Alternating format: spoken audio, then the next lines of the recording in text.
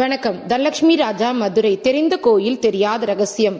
மதுரை அருள்மிகு மீனாட்சி சுந்தரேஸ்வரர் திருக்கோயில் மாசி சிவராத்திரி சேவை 15/2/2026.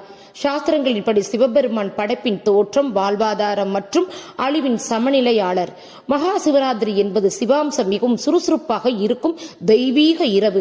இந்த சிவராத்திரி இரவு சுய சிந்தனை, தவம், மந்திரம் மற்றும் தியானத்திற்கு உகந்தது எனவும் இந்த இரவில் சிவபக்தர்கள் வழிபடுவது பல பிறவியின் பாவங்களை அழித்து சிவனின் ஆசிகளை பெறுவதற்கான உரிமையை அளிக்கிறது என கூறப்படுகிறது. நமது இந்து சமய தத்துவத்தின்படி மாசி சிவராத்திரி என்பது குலதெய்வங்களுக்குரிய வழிபாட்டு முறையான 4 ஜாம கால பூஜையினை பாரம்பரியமாக முன்னோர்கள் குலதெய்வத்தின் வலிமையை கொண்டு சந்ததியருக்கு தெய்வ நம்பிக்கையும் முன்னோர்களின் ஆசையினை பெற்று வாழ்வில் வளமுடன் வாழ மாசி சிவராத்திரி தினத்தை திருவிழாவாக குடும்பத்துடன் வாழையடி வாழையாக கொண்டாடி வருகிறோம்.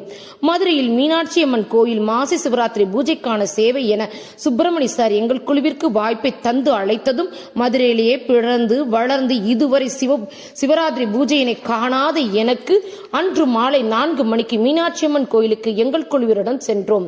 பக்தர்கள் தரும் மஞ்சள், சந்தனம், குங்குமம், விபூதி, ஸ்நானப்பொடி, பால், தயிர், பன்னீர், இளநீர், வெல்வம், மலர்கள், தேன், பழங்கள், தீர்த்தங்கள் ஆகியவற்றை பக்தர்களிடம் பெற்று வழிபாட்டுக்கு தேவையானவற்றை சேகரித்து இரவு 10:30 வரை சிவராத்திரிக்கு பூஜைக்கு சொக்கநாதர் சன்னதிக்கு சென்ற போது உள்ளே கொண்டு வைங்க என்றார்கள்.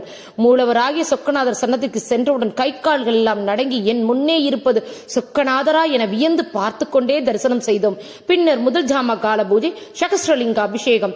தேவையான அபிஷேக பொருட்களை வைத்துவிட்டு அபிஷேகத்தை பார்த்து மெய்மறந்து 2வது கால பூஜையாக லிங்கோத்பவர் அபிஷேகம்.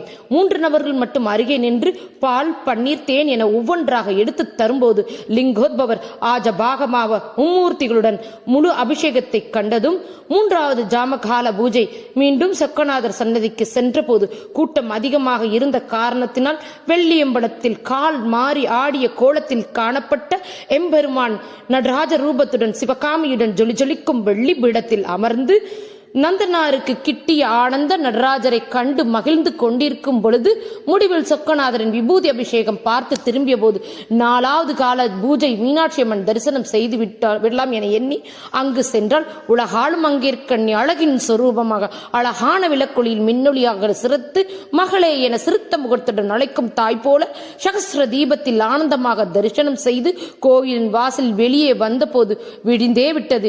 எப்படி போனது ஒரு நாள் என இதுதான் மகா சிவராத்திரியா அல்லது மாய சிவராத்திரியா என எண்ணிக்கொண்டே உடம்பெல்லாம் விபூதி, சந்தனம், பால், பன்னீர், தேன் என தலைமுடியெல்லாம்